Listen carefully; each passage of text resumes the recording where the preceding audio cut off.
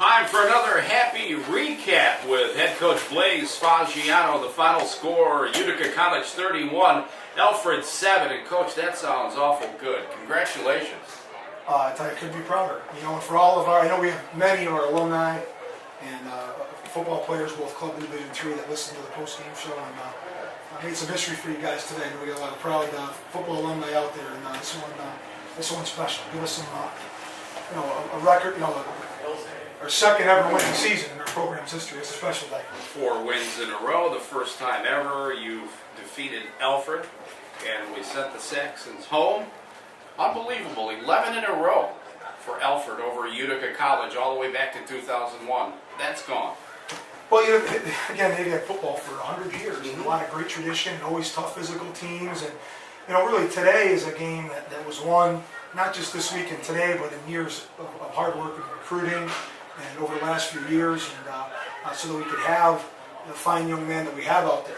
We've been battling with them, and last year's game was tough. We're kind of banged up. We had some tough losses, and to be able to come in here with some confidence after a couple big wins was definitely a difference for us. Not just some confidence, supreme confidence. This team really believes.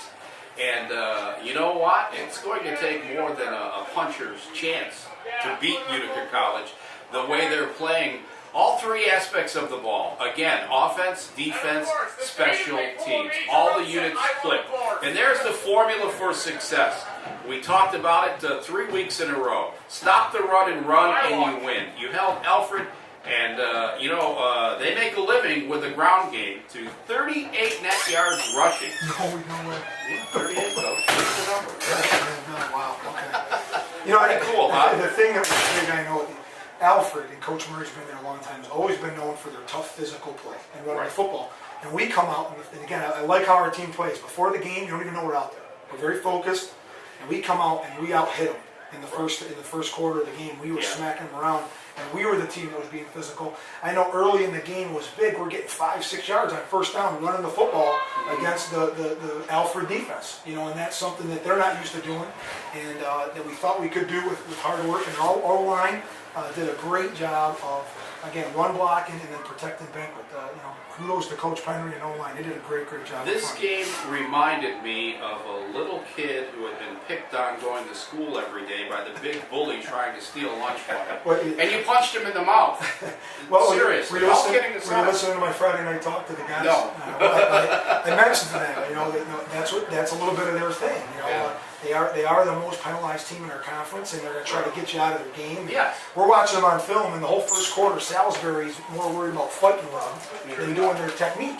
Right. And I told our guys that, hey, we just got to not let that bother us and get us out of our game. And I've got to imagine that they had a couple more penalties than us today. Obviously a big loss for Alfred to lose their starting quarterback who runs that Wildcat offense, Zach Sopak. But nonetheless, the defense was there no matter who was in there, and you held them to just 237 net offensive yards. That's a good day at the office. That's a great day, and Coach Plouffe, our D coordinator, who was captain on our first ever winning season here at Utica College in our 12 years, and now gets to be the DC here for our second winning season, and did a great job preparing the guys. It was definitely a tough week because they had multiple personnels, and are they in Wildcat, are they not Wildcat, is quarterback in, not in? Then when he was out, we're trying to figure out, between 18, they put 10 in the quarterback. They're a well-coached team, so. Coach is dialing up all the correct numbers on defense. The blitz timing is perfect, and they're very aggressive. I mean, they're just coming.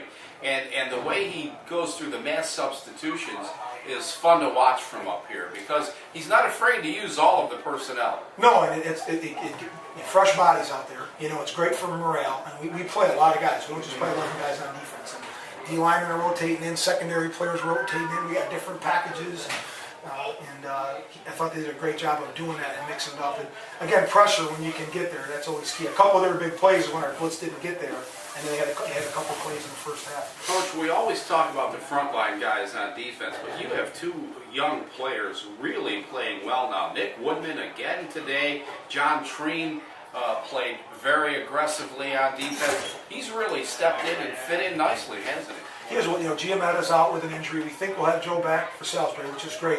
And we talked early in the year about having some depth, and it's important in our conference and we play. that you have some depth because injuries do occur. And for John Treen to step in there like he did today, as he did against Frostburg 2 weeks ago, Right. I know, I didn't, without looking at the film, I believe he had a pretty good day along with Dana Christopherson, our 2 backers, and I believe our D line won a lot of battles in there, and that was big because we really thought this was the best offensive line we played so far. Well, they look like sumo wrestlers. Dave made that comment before the game started. They got some big size. 304 pounds. They were big, physical, but you handled them. And the other issue, before we wrap this up, you can copy and paste the numbers for Andrew Beckwith and Jeremy Meyer and just transpose them from game to game. It's incredible. Their lines are becoming repetitive. 26 of 37, 364 yards, 3 touchdowns for Beckwith. Jeremy Meyer, 7 catches, 135 yards, 2 touchdowns. Another great day for both those players. Against a defense that was nationally ranked not too long ago. And I believe I heard them say that Banquet's thrown for 10,000 yards. Is that how you There was a round of applause. I think didn't they get said the he broke a information. record. Yeah, I think mean, he threw for incredible. 10,000. Just a great young man. Yeah, that's a lot of And yards. boy, was he focused today. You think? Yeah, and our Kaplan's a great. Matt Dunn had a huge day today. 8 catches for Yes. 105 yards for him. He had a big day. And, again, I think our kids really kept their cool throughout the game. And no one has figured out to cover your guys in the middle. I hope that continues until the season ends. But Murphy was wide open. It was good to have Meyer Murphy. ran a couple up the slot as well. Yeah, Murphy had an injury last week. We didn't have him for Hartwick, and it's definitely good to have him in there against the linebackers inside.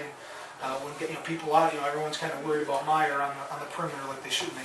And finally, the theme to me is the bigger they are, the harder they fall. These are quality opponents you're beating handily now. That's scary. I mean, it really makes me stop and think here because, we always dreaded the conference. Oh, we have to go play them.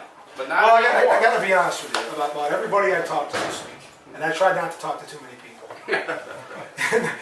Coach, who you got this week? Alfred's good. Yeah. And they've earned that. They're a good program, great program. And, I'm sure they're going to have a winning season. And that's why today was so critical for us to, I guess if you would say, get over the hump. And get a winning season, become bowl eligible, and then continue in the That's right, I forgot that. You are bowl eligible. We are bowl, and obviously we want more than 6. The kids are going to work hard for that, but it's nice that they have that opportunity in the ECAC. They have bowl games, and so at 6 wins we do become bowl eligible. And the last 2 years, that's been we've needed that 6th win to get in that contention. And I think the greatest thing in Division III is 1, you want to make the NCAA tournament. 2, you want to make a bowl game. But to be one of those 44 teams, whatever it is, that actually are still practicing late into November, sometimes in December, when no one else is something that you can have for the rest of your life. Now, you did hear that Utica beat Salisbury today, right? I did hear that. I figured the word would filter I down. did hear that. And So you're playing for first place next week, Coach. We are. You are. We are. Awesome. And, we'll have the task of defending the triple options. They do a great job running that. So. All right, and no need to add sugar to the sauce tomorrow. It will be especially sweet. All right, Enjoy your week. Thanks, We Fred. can't wait for the trip to Maryland. You guys do a great job. Thank you.